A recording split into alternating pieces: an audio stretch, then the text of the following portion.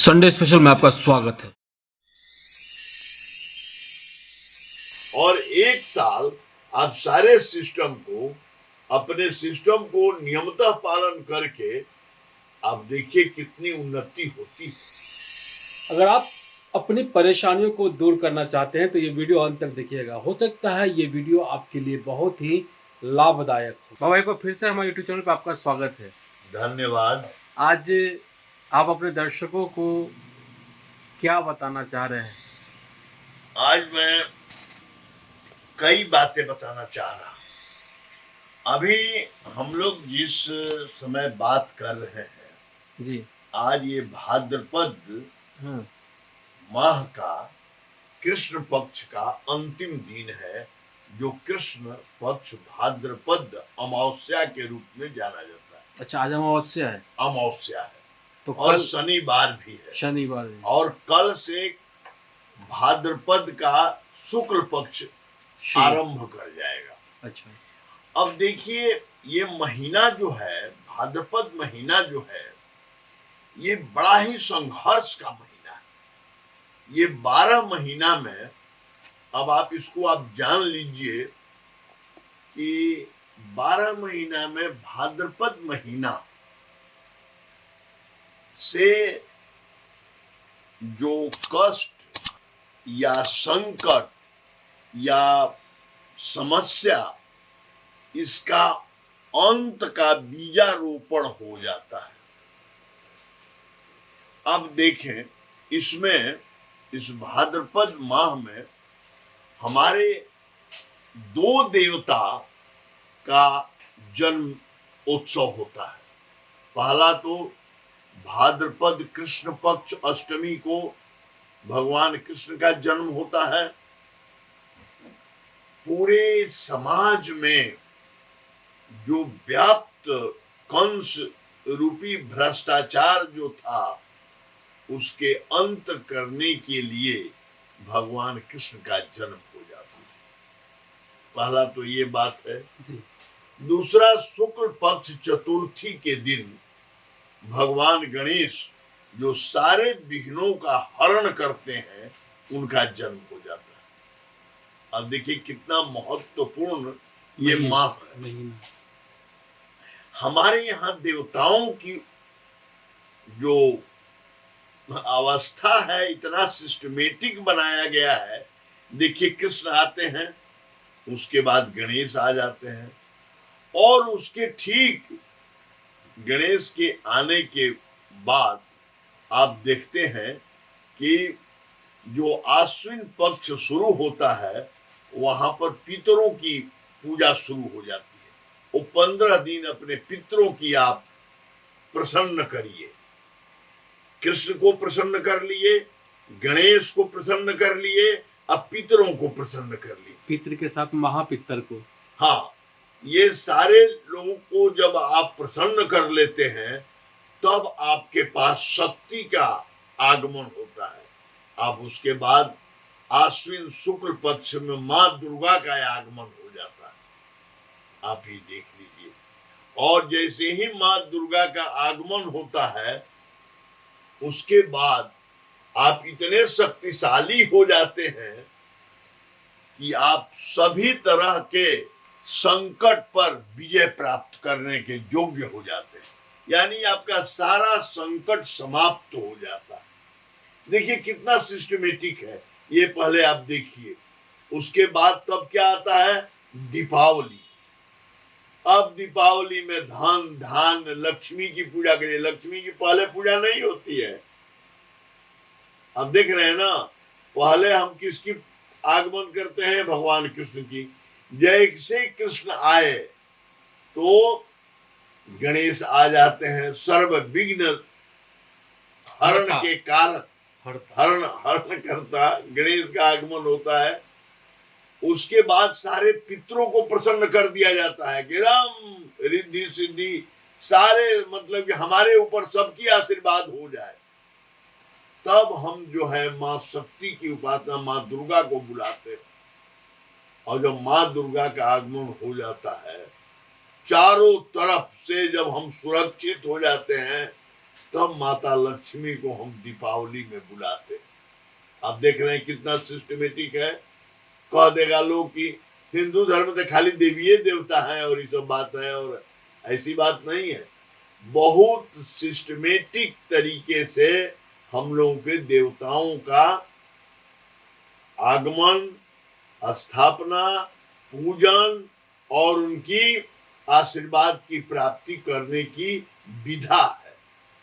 और हमको अगर ये सिस्टमेटिक ढंग से हम विधा प्राप्त करते हैं तो हम चतुर्दिक विकास के तरफ जाते हैं। चारों तरफ हमें सफलता ही सफलता मिलती है, और हमारा सारा चीज, जैसे वास्तु दोष है या किसी भी तरह का दोष है, ये सारे दोष अपने आप ऐसी हमारे साथ परिस्थिति बनेगी कि सभी दोष मिटते जाएंगे। अगर हमारे वास्तु दोष है तो हमारे ऐसे संस्कारी पुरुष से हमारी मुलाकात होगी जो हमको बता देंगे कि आपके यहाँ ये दोष है और इस दोष के चलते आप संघर्ष कर रहे हैं। तो इसलिए हमने आज आपको ये भाद्रपद से लेकर के कार्तिक कृष्ण पक्ष तक की बात की कि हमारे यहाँ जो सिस्टमेटिक तरीका है कि आप इसको सही ढंग से, जैसे कृष्ण का जन्मोत्सव मना लिए, गणेश का जन्मोत्सव मनाइए, 10 दिन पूजन करिए। और देखिए एक और बात, हम लोग के यहाँ अनंत पूजा होता है जी। हाँ, चतुर्दशी को। हाँ, चतुर्दशी को। किस दिन अनंत पूजा होता है? अनंत भगवान किस दिन आते हैं?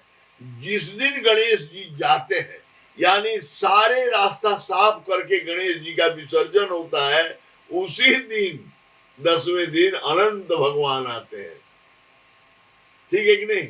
और एक साल आप सारे सिस्टम को, अपने सिस्टम को नियमतः पालन करके आप देखिए कितनी उन्नति होती है।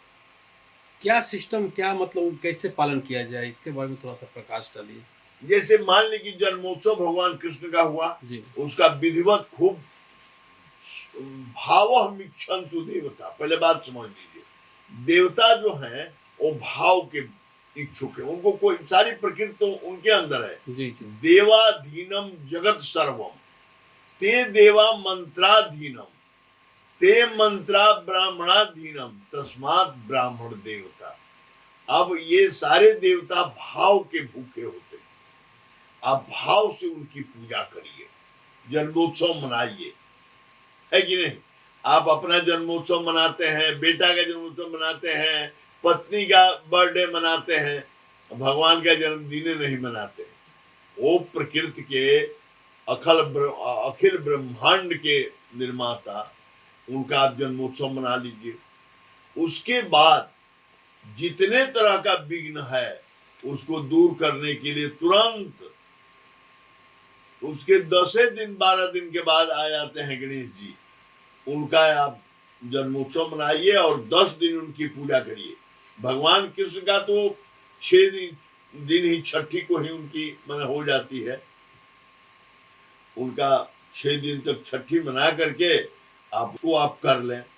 उसके बाद आप मनाने के अनंत पूजा कर लें, और उसके बाद आप अपने पितरों को प्रसन्न करिए 15 दिन, है ना?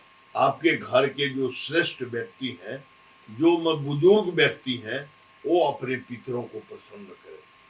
पितरों को प्रसन्न करने से आपके ऊपर भौतिक बाधा जो जितने इस प्रकृति में है उससे आप मुक्त हो जाएंगे। कोई तरह का टोंक, नजर या कोई तरह की मतलब कि भूत प्रेत या प्रेतात्माएं जो हैं वो आपको परेशान नहीं करेगी।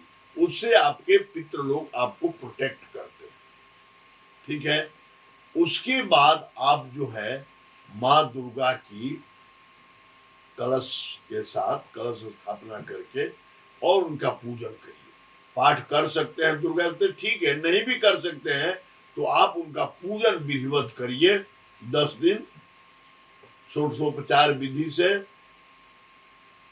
और इसके बाद तब आप देखिए कि लक्ष्मी पूजा करते समय आपको कितना आनंद आ रहा है, कितनी उन्नति हो रही है। इस बात को आप अब कुछ लोग जन्माष्टमी नहीं किए होंगे बाबा, तो वो अब अभी नहीं कहे तो अनंत पूजा करें। अभी से शुरू करें। हाँ, अभी तो कर दें।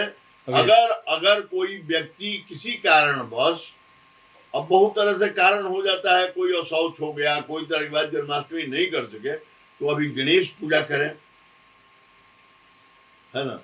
हम लोग को तो इसीलिए ये 3-4 लगातार, एक छूट गया तो दूसरा कर लेना है, एक कर लिए दूसरा छूट गया, मान लीजिए परिवार में या रिलेशन में या कोई किसी का डेथ हो गया, कोई बच्चा हो गया, और शौच हो जाने पर तो आप ही नहीं करेंगे हमारी पद्धति के हिसाब से, तो कुछ तो होगा। इसीलिए तो फिर उसके बाद अनंत पूजा और भगवान कृष्ण का पूजा एक ही है। जो अनंत है वो कृष्ण है, जो कृष्ण है वो अनंत है कि नहीं। तो एक न एक आप कर लीजिए, आपको तो ये मिल ही रहा है ना। सही बात है। हाँ। तो इस सब में प्रकृति जो है क्या संदेश देना चाहती है, मतलब प्रकृति का क्या संदेश प्रकृति के इसमें देती है कि आप भाद्रपद से लेकर के कार्तिक अमावस्या तक ये जो संघर्ष का पीरियड है, इसमें आपने देवी देवताओं को सही ढंग से पूजन करिए। अच्छा। इसी पूजन करने के लिए ही सारे शुभ कामों को वर्जित कर दिया गया है कि ये भाद्र महीना है या आश्विन महीना है, इसमें ही काम नहीं करना है, कि आप उलझे नहीं उन सब कामों में, शादी विवाह नहीं करें, गृह प्रवेश नहीं करें, कोई अन्य उलझन में नहीं फंसे आप जो है सो इसमें अपना पूरा समय दें, और उसके बाद फिर अपना सारा काम में लगिए, घर बनाइए, बेटा के शादी करिए, बेटी के शादी करिए, दुरागमन करिए, जो भी नया काम करना है, नया बिजनेस शुरू करिए, सो कुछ भी काम करना है। इसी बात को ध्यान में रख करके कि आपका दिमाग कई जगह बंटे नहीं, इसलिए इसका मतलब सब चीज में वर्जित किया गया है। लोग कहता है अशुभ नहीं है, ये तो बहुत शुभ समय है, इसमें तो शुभ से महाशुभ काम कर सकते हैं, लेकिन आपको एकाग्र करने के लिए माने इन देवताओं के आगमन पर आपको अन्यत्र आपका दिमाग नहीं जाए, इसलिए इसको रोका गया। कोई महीना, जिस महीना में भगवान कृष्ण और गणेश आ रहे हैं वो महीना अशुभ होगा, कभी अशुभ हो ही नहीं सकता, लेकिन उनकी पूजा के लिए आपको ये अशुभ कह करके आपको रोक दिया गया है कि आप एकाग्र होकर के उनका अनुष्ठान करें। अब आपने बहुत ही महत्वपूर्ण जानकारी दी है। मुझे लगता है कि जो लोग प्रभु की भक्ति में लीन रहते हैं उनके लिए ये वीडियो काफ़ी महत्वपूर्ण होने वाला है। अब आपने समय दिया उसके लिए आपका बहुत बहुत आभार। धन्यवाद। तो दोस्तों, आप अपनी परेशानियों को दूर करने के लिए कृष्ण जन्माष्टमी से लेकर के लक्ष्मी पूजा तक अगर आपको समय मिलता है, अगर आप भक्ति करना चाहते हैं, आराधना करना चाहते हैं, अपने दुखों को दूर करने के लिए माँ की उपासना करना चाहते हैं, कृष्ण की उपासना करना चाहते हैं, गणेश की उपासना करना चाहते हैं, तो कीजिए। आपके सारे विघ्न को हर लेंगे विघ्नहर्ता, और आपके लिए खुशियाँ ही खुशियाँ आएगी। उम्मीद है आपको ये वीडियो अच्छा लगा होगा। अगर आप बाबा से संपर्क करना चाहते हैं तो इनका नंबर वीडियो में डिस्प्ले हो रहा है, आप इनसे संपर्क कर सकते हैं, इनसे बात कर सकते हैं। अगर कोई आप परेशानी हल आप ज्योतिष विद्या से जानना चाह रहे हैं तो उम्मीद है आपको वीडियो अच्छा लगा होगा। वीडियो अच्छा लगा हो तो लाइक कीजिए, शेयर कीजिए, सब्सक्राइब कीजिए हमारे चैनल को। हम फिर मिले किसी और अपडेट के साथ। नमस्कार, जय हिंद।